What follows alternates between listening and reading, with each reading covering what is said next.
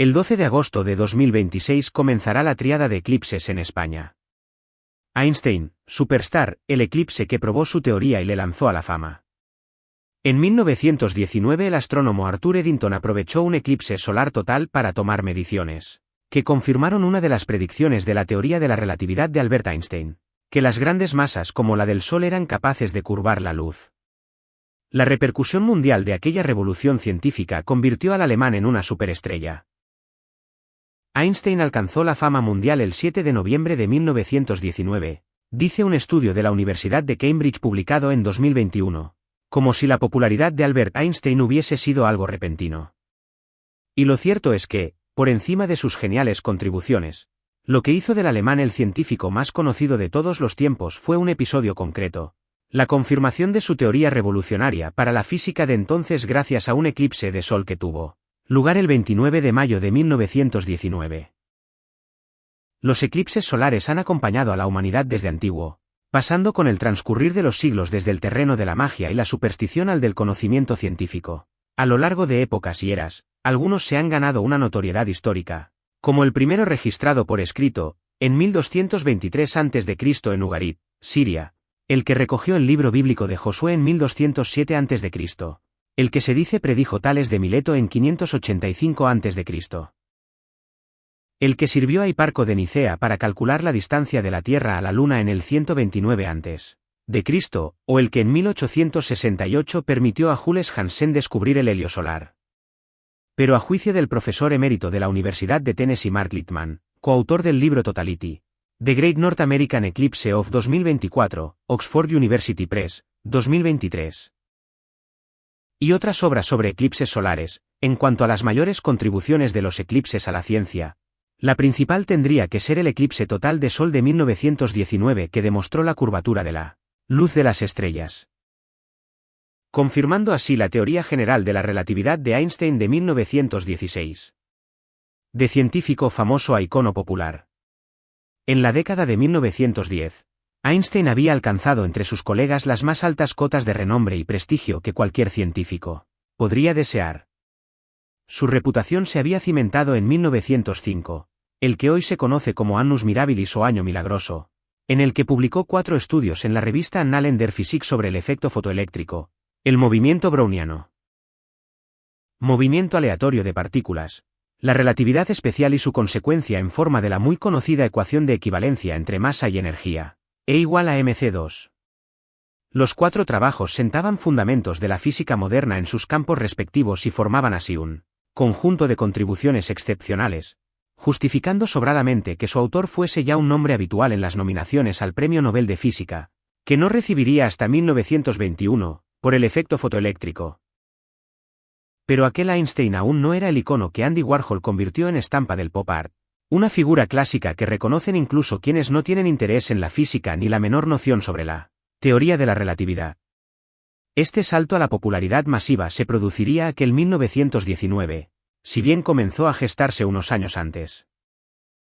La relatividad especial enunciaba que la velocidad de la luz en el vacío era constante y que las leyes de la física eran invariantes en todos los sistemas de referencia sin aceleración.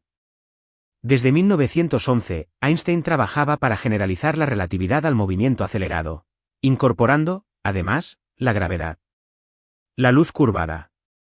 Einstein planteaba el universo como un tejido espacio-temporal de 4 dimensiones, 3 espaciales y el tiempo, que se deformaba por causa de las masas, explicando la acción a distancia de la gravedad. En su estudio de 1911 sobre la influencia de la gravedad en la propagación de la luz, predecía que las grandes masas curvarían la trayectoria de los rayos de luz. Isaac Newton ya había sugerido este efecto, aunque sin poder esclarecer una acción a distancia que siempre le desconcertó. El inglés John Michell, el francés Pierre-Simon Laplace o el alemán Johann Georg von Soldner también habían intuido la curvatura de la luz. Eclipse Toy-Michisov Black Holes, Harvard University Press, 2019, ya en 1911, Einstein había sugerido un modo de hacerlo. Ver si el camino aparente de la luz de las estrellas se doblaba cuando las estrellas que emitían esa luz estaban cerca del Sol. Es decir, si las estrellas en las proximidades del disco solar aparecían desplazadas respecto a su posición esperada. Pero dado que la luz del Sol impide ver las estrellas, solo era factible en una ocasión especial, durante un eclipse solar total. El primero en intentar esta comprobación fue un colaborador de Einstein, el astrónomo alemán Erwin Freundlich. En 1914 lideró una expedición a Rusia para presenciar un eclipse total de Sol, con tan mala suerte que algo excepcional se lo impidió, el estallido de la Primera Guerra Mundial. Freundlich fue apresado y liberado después en un intercambio de prisioneros. Otro miembro de la partida, el estadounidense William Campbell, siguió adelante con el intento, pero este resultó finalmente frustrado por un cielo encapotado. Eddington, el valedor de Einstein. Durante la guerra, los trabajos de Einstein pudieron salir de Alemania de forma clandestina a través de los neutrales Países Bajos, cuenta Cowen. Y una vez en Gran Bretaña, llegaron a manos del astrónomo Arthur Eddington. Algunos decían que Eddington era una de las pocas personas en Reino Unido que entendía la teoría de Einstein. Quizá la única, dice Cowen. Se había convertido en el principal defensor de la teoría general de la relatividad en Reino Unido. Siempre que podía, hablaba de ella a sus colegas, los astrónomos británicos. La oportunidad anhelada por Eddington de someter la teoría al test del eclipse llegó gracias al empuje de Frank Dyson, el astrónomo real de Reino Unido. Según relata Cowen, Dyson se percató de que el eclipse previsto para 1919 sería perfecto para este propósito, ya que iba a ser uno de los más largos del siglo XX, con la esfera solar cerca de un grupo muy nutrido de estrellas. Dyson propuso sendas expediciones a dos lugares distantes donde el eclipse fuese total, una doble cobertura que aumentaría las opciones de un cielo claro.